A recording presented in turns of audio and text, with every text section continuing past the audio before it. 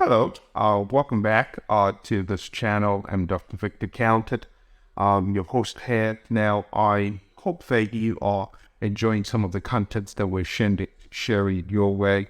And in today's episode, we will be taking a fascinating journey into the psychology of different cultures. Now, I wanted to start a new series on the psychology of different cultures because I think it's important to help understand how the psychologies and value systems in different cultures kind of shapes the psyche.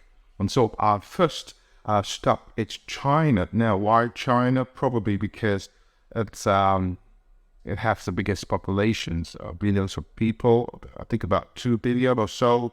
I'm not sure if there's stats there, but probably one of the biggest country, followed by India.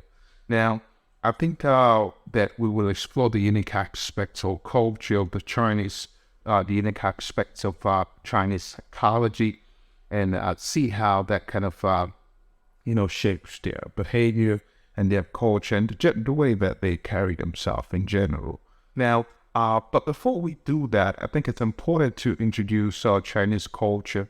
Now, China had one of the oldest and even most influential civilizations in human history. It has even rich and even diverse cultural heritage.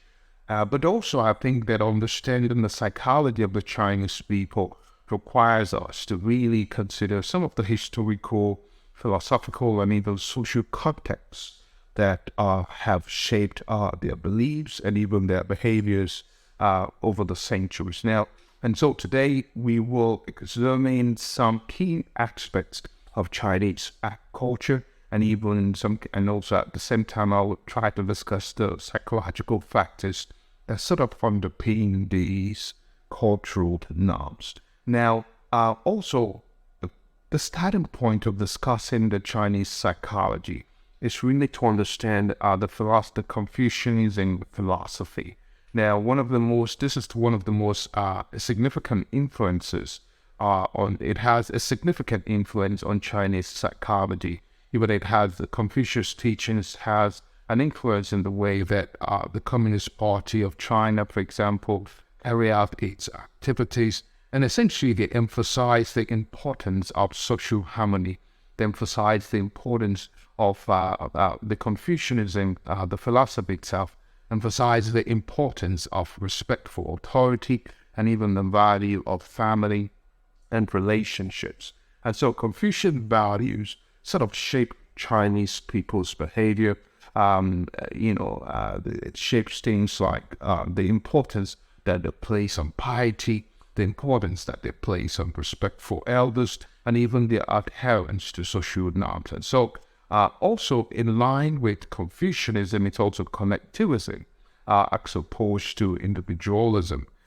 Which is also a very prominent aspect of Chinese culture. Now, this cultural orientation, collectivism, essentially promotes group cohesion and even loyalty, and this often leads to sort of greater emphasis on the needs and the goals of the collective over that of the personal individual or personal desires.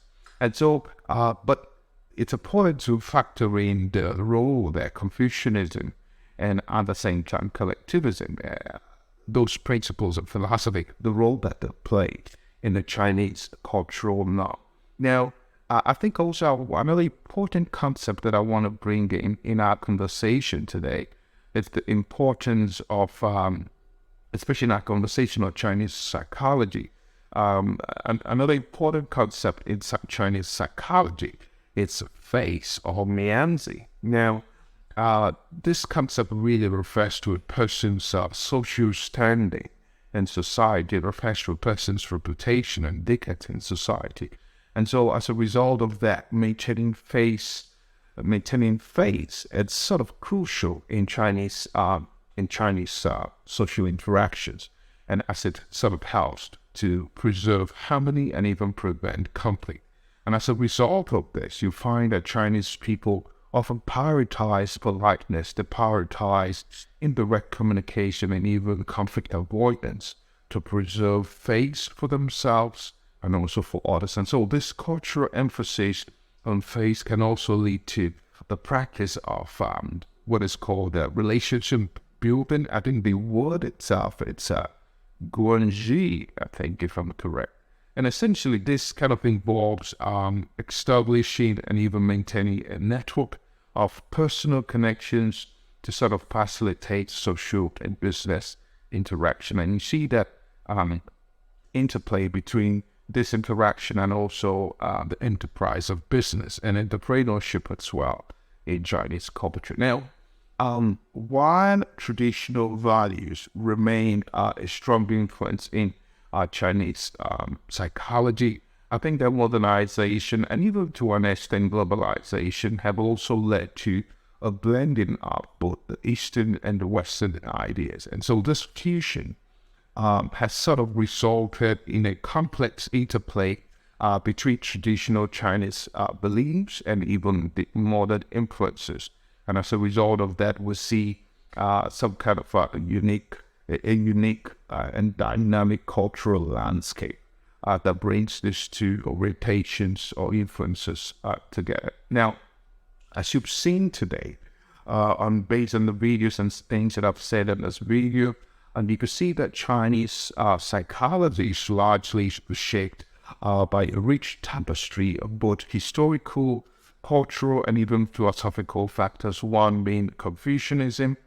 And by understanding the complexities of human behavior, I think that when we understand the complexities of both our behavior and even our decision making within different cultures, we can really better appreciate the unique experiences and even the perspectives of people from around the world.